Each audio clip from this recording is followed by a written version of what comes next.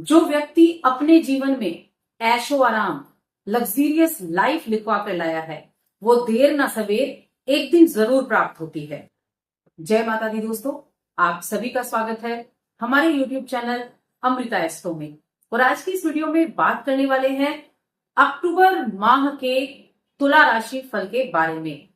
अक्टूबर का महीना आपके लिए जो ग्रहों के गोचर के प्रभाव हैं, उनके कारण किस तरह से आपके जीवन को परिवर्तित करने वाला है। तो देखिए, अक्टूबर महीने की मैं बात कर रही हूं और इस महीने में इतने सारे इवेंट होने वाले हैं जो उपाय करने के लिए, बहुत कुछ प्राप्त करने के लिए मायने रखते हैं। एक से अच्छा एक इवेंट इस महीने में होगा, यानी ऐसी तिथियां और ऐसे योग इस महीने में होंगे, ऐसे ग्रह गोचर इस महीने में होने वाले हैं। तो बिना समय गवाए चलिए शुरू कर लेते हैं। बस एक छोटा सा रिक्वेस्ट है, चैनल पर पहली बार आए हैं तो सब्सक्राइब जरूर करके जाएं। तो देखिए, जब इस महीने की शुरुआत होगी तो ग्रहों की जो स्थिति है वो कुछ इस प्रकार होगी। तुला राशि की लग्न में आपके लग्न के स्वामी शुक्रदेव उपस्थित रहेंगे और ये शुक्रदेव का यहाँ उपस्थित होना वह मायने रखेगा आपके लिए। उसके बाद आपके पंचम भाव में शनि वक्री होकर बैठे हुए हैं, जो पंचम भाव में ही रहेंगे, वक्री अवस्था में ही रहेंगे पूरे महीने। छठे घर में आपके राहु बैठे हुए हैं, यही रहने वाले हैं। आपके अष्टम भाव में गुरु बृहस्पति हैं, जो यही विराजमान रहेंगे, लेकिन 9 अक्टूबर को ये वक्री हो जाएंगे और वक्रस्थ स्थिति में रहेंगे 9 अक्टूबर से। तो शनि और गुरु दो ग्रह आपके वक्री हो गए, जो आपके एक पंचम में और दूसरा अष्टम में है। आपके नवम भाव में मंगल देव विराजमान हैं। आपके 12वें घर में सूर्य, केतु और बुध, ये 3 ग्रह बैठे हुए हैं। तो ये ग्रहों की स्थिति है। अब ग्रहों का जो परिवर्तन है वो किस तरह से होगा, तो देखिए 10 अक्टूबर को बुध का राशि परिवर्तन है और बुध जो है वो आपकी लगन में प्रवेश कर जाएंगे। कहां? तुला राशि में आ जाएंगे।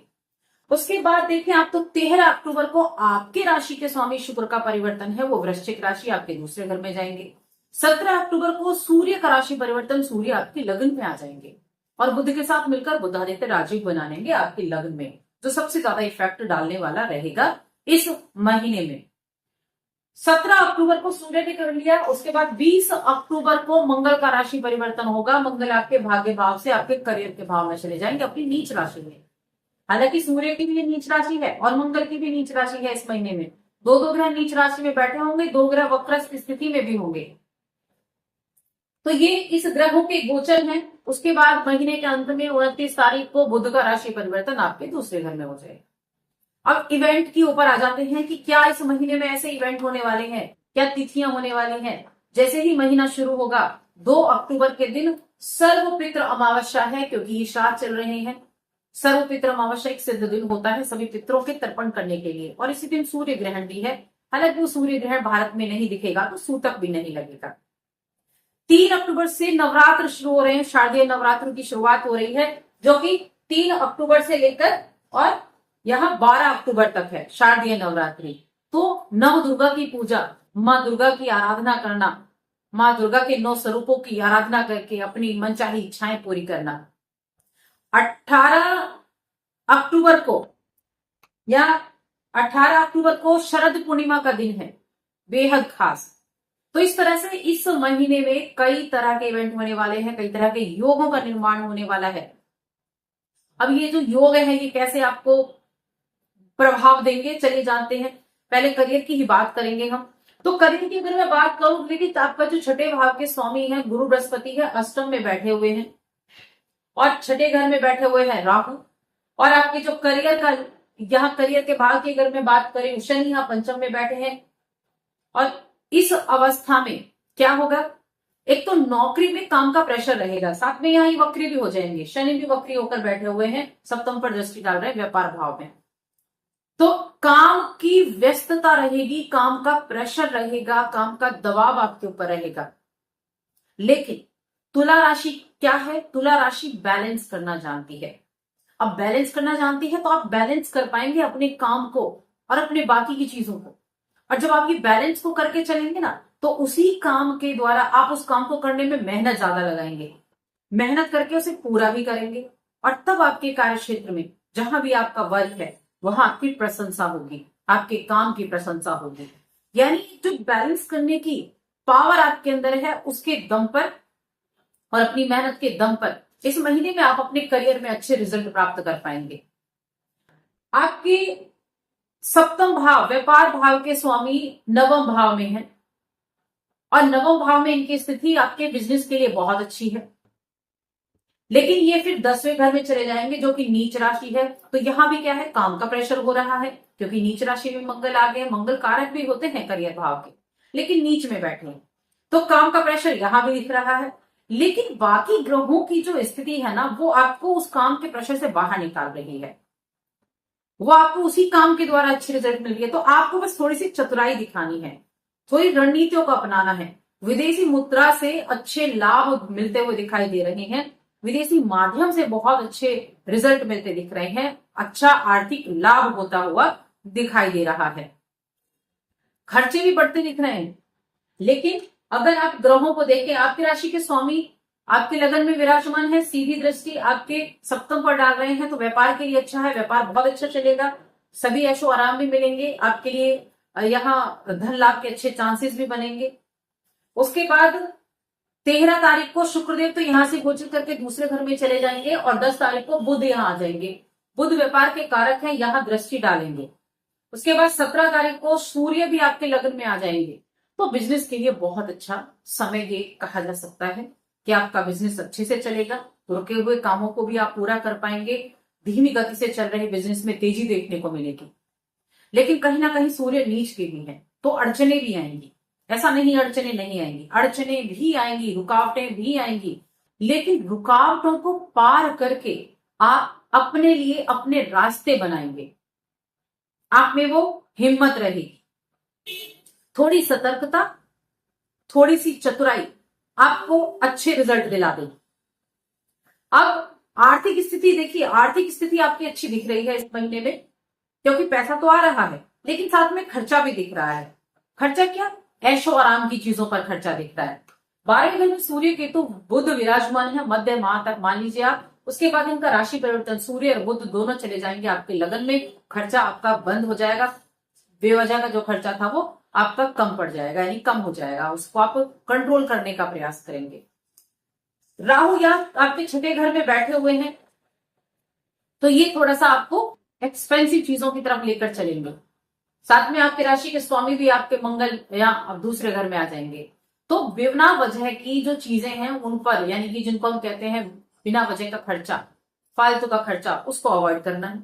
आर्थिक स्थिति अच्छी रहेगी, बैंक बैलेंस भी आपका बढ़ेगा, आप पैसे को अच्छे से रख भी पाएंगे। आप नौकरी प्राप्त करना चाहते हैं, उसके लिए मेहनत करनी पड़ेगी, लेकिन रिजल्ट पाएंगे, महीने के अंत तक जरूर अच्छे रिजल्ट मिलेंगे।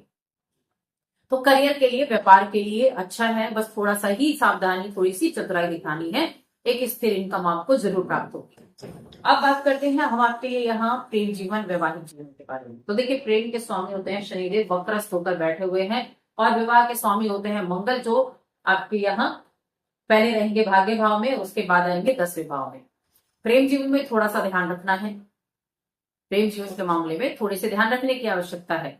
लेकिन जब तक शुक्र यहाँ है, आपका वैवाहिक जीवन बहुत अच्छा रहेगा, प्रेम जीवन भी अच्छा रहेगा। बुध जब यहाँ आ जाएंगे तब आपका प्रेम जीवन अच्छा रहेगा।